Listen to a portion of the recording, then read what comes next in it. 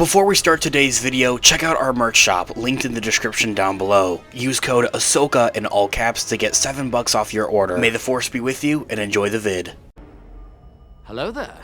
This is where the fun begins. What's up guys, Unofficial Star Wars here, hope you're all doing well, and in this video we are going to be discussing how a possible potential Ahsoka Season 2 could resolve a big Star Wars intriguing conflict that's been playing throughout not just the Ahsoka show with its first season, not just the Mandoverse, but the entirety of the overall franchise itself, especially with into the regards of how an Ahsoka Season 2 is able to resolve this and actually pull this off. So of course we're going to go ahead and hop right on into it. Before we do though, however, grab that subscribe button if you haven't already. We're discussing and talking about all types of Star Wars related news, leaks, rumors, theories, and breakdowns here on the channel each and every day. So if you guys are into that, go ahead and grab that subscribe button today. We also have our merch shop up live and running, also linked in the description down below with a few promo codes for you guys to get some money off, so go check it out. The first season of Ahsoka primed Lars Mikkelsen's Grand Admiral Thrawn into live action, and as the next great threat to the Star Wars galaxy, set within this post-Return of the Jedi era,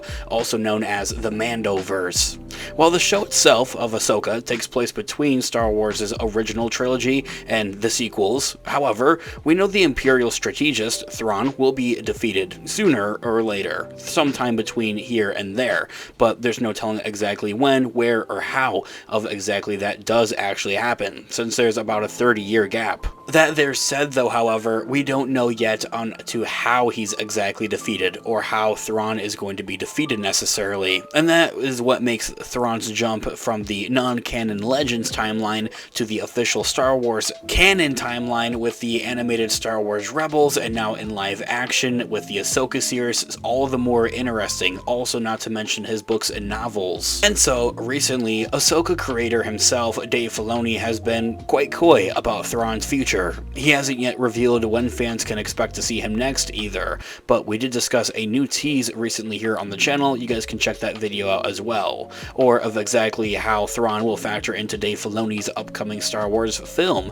that was announced at the beginning of this year at Star Wars Celebration. As being often referred to as the Thrawn movie, it's quite clear that he's going to be posed as kind of a Thanos type figure, as we saw with Marvel. If you're a Marvel fan, we have our Marvel channel linked in the description down below. A villain who will inspire heroes from every corner of the galaxy to rally against him in this Avengers-like-esque type of film, except for Star Wars and set within the Mandalorian time frame. Per Dave Filoni himself, though, the key to Thrawn's undoing may lie into with one of the saga's most underrated characters, even at that, Rebels alum Hera Syndulla. The Ahsoka series itself, thus far, served as a reunion as a type for many characters introduced in the Rebels animated show. The Ahsoka series on Disney Plus also played as a transition type as well.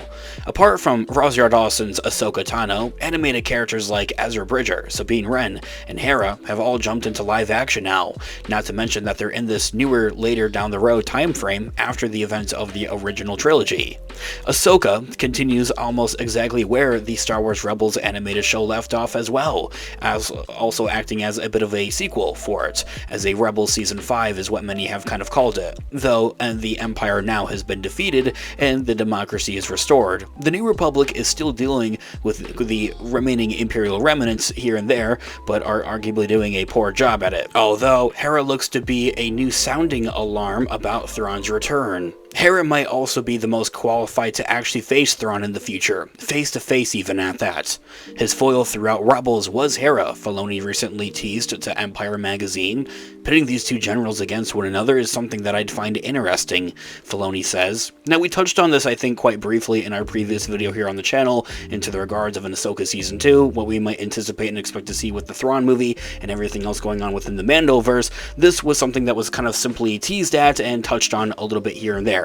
And that is something I think that is something that it deserves so much more. So really, in that kind of essence, that's exactly what this video kind of is. A full-blown showdown between these two generals of Hera and Thrawn certainly has a precedent. as Thrawn has expressed an affinity for Hera's species themselves, the Rythonian culture, throughout the Rebels animated show. He also admired Hera's resolve, recognizing her as a potential equal even at that.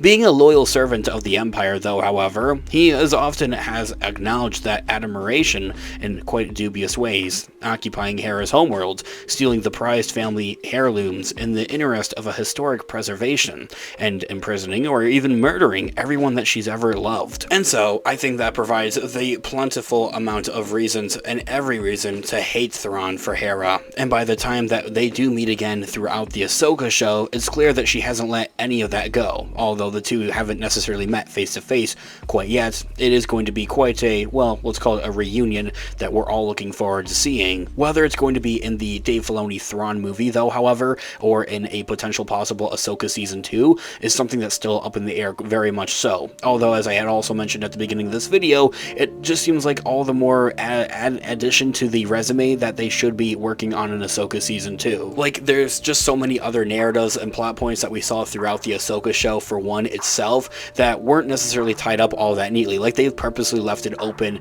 for not interpretation necessarily. Some of those things, like especially everything that was into the regards of Anakin Skywalker, his reappearance, reemergence, especially like within the worlds between worlds, that's something that we did discuss here on the channel, and kind of all we really got from both Dave Filoni and even Hayden Christensen himself is that the two kind of agreed upon the fact of that, well, it's not really our expertise for one, and it's not really our area or character necessarily to touch on even.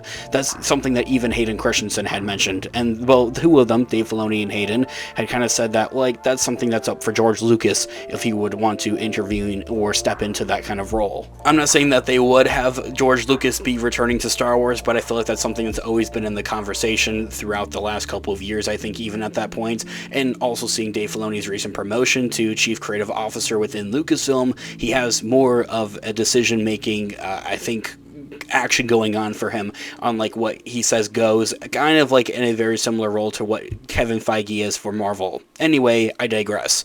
Hera herself has gave a good onto as of what she got in Rebels, the Battle of Lothal, towards the end of the show, where she commanded the rebel forces against Thrawn's Imperial might.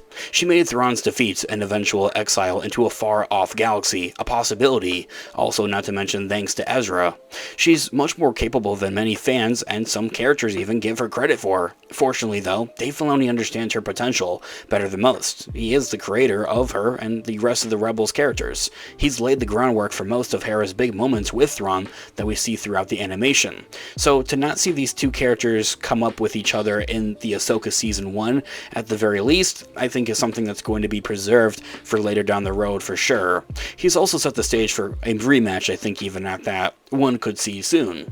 When Thrawn eventually unleashes his new armies on the New Republic in the main Star Wars galaxy, Hera will likely be at the center of the battle, leading the charge. It's been a long time coming, but Rebels' most underrated character may finally get the hero moment that she's long deserved. Hera's story has been building for years at this point, and it would be quite difficult to downplay her capability in the future. And so, with this all being said, guys, I would love to hear all of your thoughts and opinions in the comment section down below. What are you guys looking forward to seeing most in the future with Ahsoka, Thrawn, and all of the other characters in between? I would love to hear all of your thoughts and opinions and theories in the comment section down below. Thanks so much for watching today's video. Of course, this has been Unofficial Star Wars. I'll catch you guys in the next one. Have a great one, guys. May the Force be with you as always. Peace out.